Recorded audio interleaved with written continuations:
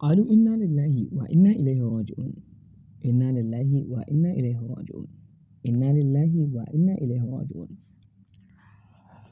Duniya na zaki da mu ne, son zuciyarmu zai kai mu fa ya baro mu, yayin da wata baiwar Allah aka kama ta da wato ainihin sirikinta, wanda wato ainihin labarin ya tayar wa da mutane hankali sosai, ba jin daɗi.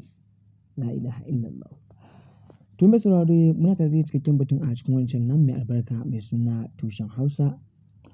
Kamar dai kullum yadda muka saba kawo muku zafafan labarai.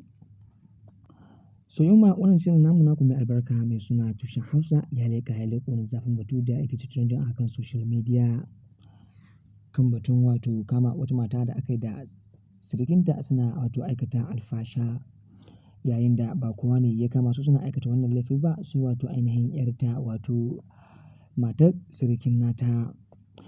To mai sauraro ku cika biyo mu dai a cikin wancan namu mai albarka domin kallon cikakken bidiyon a cikin wancan namu mai albarka.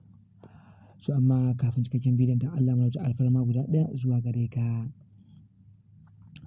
Idan ka san wannan shine wato ainihin zuwanka na farko kan wancan namu mai albarka mai suna tushen Hausa, muna roƙon da ka wato ainihin samu hannunka mai albarka ka danna mana alamar ta subscribe. Kana ka danna alamar ta ƙararrawa domin hakan shine zai baka damar samun zafafan labaranmu ingantattu kuma da zarar mun ɗaura.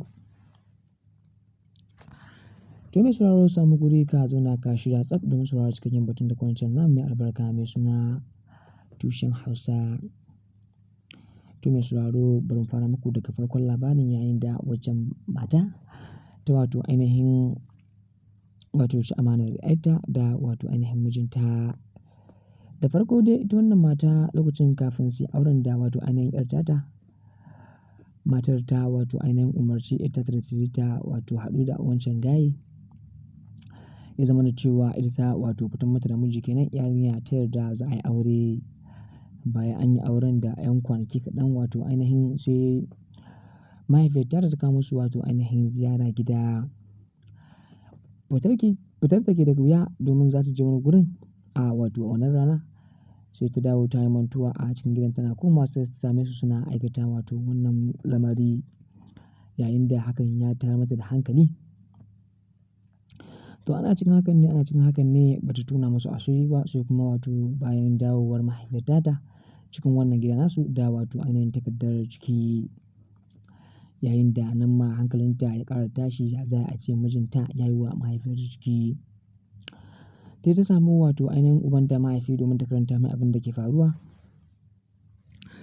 yayin da ta wato ainihin zayyana masa abin da yake faruwa a kan wato ainihin mahaifiyar tata da kuma wato mijin nata, yayin da a wannan lokaci ta wato umarci mijinta da ya sake ta a wannan lokacin.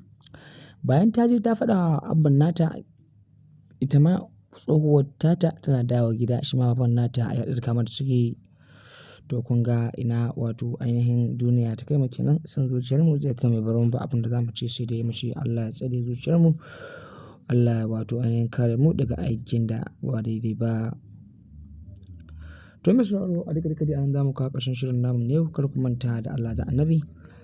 Idan mutum ya san shine zuwansa na farko kan wancan namu mai albarka mai suna tushen Hausa, ya samu hannunsa mai albarka idan na mana alamar ta subscribe. Kana danna mana alamar ta ƙararrawa domin hakan shine baka damar samun zafafan labaranmu kuma da ingantattu da zarar mun ɗora. Mun gode da kallon wancan namu mai albarka, mun gode.